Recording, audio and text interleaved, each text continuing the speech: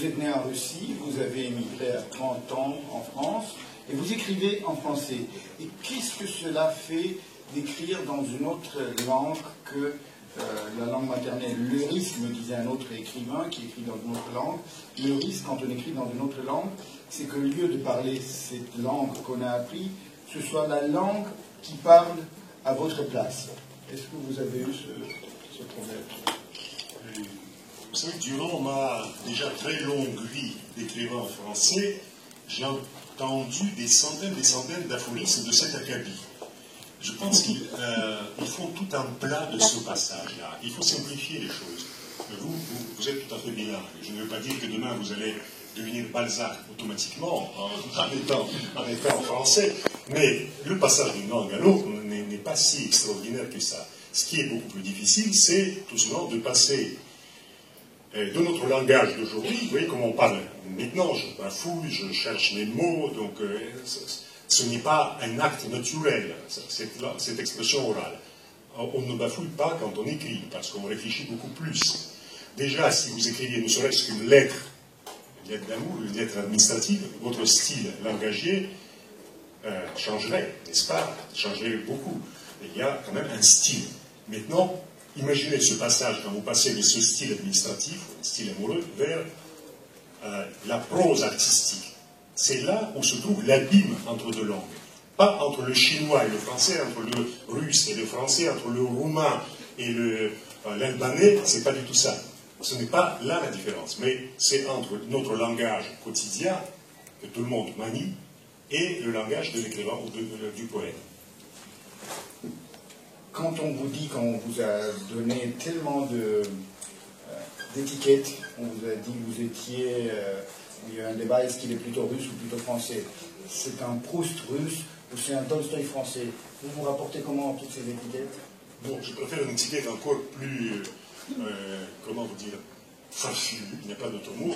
Mathilde, c'est le Proust des steppes. Proust des steppes. Michel Conseil a lu le roman La steppe de Tchekhov. Sans doute c'était une réminiscence involontaire ou implicite de la steppe tchécovienne. Oui. Donc c'est tout? Donc, vous savez, pourquoi les deux identités, il faudrait-il les départager? Ouvrez Guerre et paix de Tolstoï. Ça commence comment? Les premières lignes.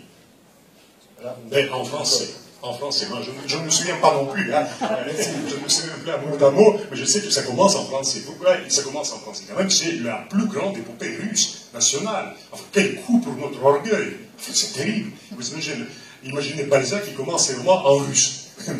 C'est une hérésie. Pourquoi il commence à écrire en français, les premières pages? Mais parce que l'action se passe tout simplement dans un salon aristocratique, en Russie, et tout le monde parle français naturellement. C'était la langue de l'aristocratie. C'était plus qu'une langue de l'aristocratie. Parce que Balzac, que nous avons évoqué, en venant à Kiev pour voir sa maîtresse Evelyne Hanska, il était étonné que ses livres soient lus en français directement, et pas seulement par les aristocrates, par la noblesse, mais par les marchands de la ville. Oui, il était connu en tant qu'auteur français, lu dans l'original. Le français était très très répandu. Si vous ouvrez les 10 volumes ou les 12 volumes des œuvres complètes de Pouchkine, vous remarquerez que la moitié de ces livres sont rédigés en français, dans un français excellent. Il faudrait presque l'apprendre dans les lycées français, tellement c'est beau. C'est le français grand siècle. La moitié de ces lettres, Pouchkine écrivait au tsar en français. Il écrivait à ses maîtresses en français, il écrivait à sa femme, avant qu'il devienne femme, en français. Quand elle est devenue sa femme, il a commencé à écrire en russe. On ne sait pas pourquoi. On ne sait pas pourquoi, parce qu'il y avait une proximité matrimoniale, il y avait beaucoup trop de choses matérielles dont il fallait parler. Voyez-vous, les dettes, reconstruire la maison, engager notre servant. Et donc c'était tellement quotidien qu'il est passé à sa première langue maternelle. Mais il a commencé à parler français. Notre plus grand poète russe a commencé, ses premiers mots, il les a prononcés en français. C'est quand même épatant. Quand vous êtes arrivé en France en 87, vous n'étiez pas très riche. il y a beaucoup de légendes qui circulent sur vous. Et l'une d'entre elles, c'est que pendant un temps très court, vous avez même habité dans un caveau du cimetière Père-Lachaise. Est-il vrai? Oui, mais je ne suis pas resté dans ce caveau des années. Mais je suis quand même sorti de ce caveau pour venir en Roumanie. Donc ça n'a pas duré longtemps. Mais vous savez, souvent aujourd'hui, on se lamente en France pour parler de la difficulté de ces pauvres étrangers qui viennent en France, etc. Moi, je trouve que c'est une discussion parfaitement fallacieuse. Imaginez un jeune Français qui débarque, je ne sais pas, de son Montélimar natal, il n'a pas de diplôme, il débarque à Paris. Est-ce que sa vie parisienne sera facile?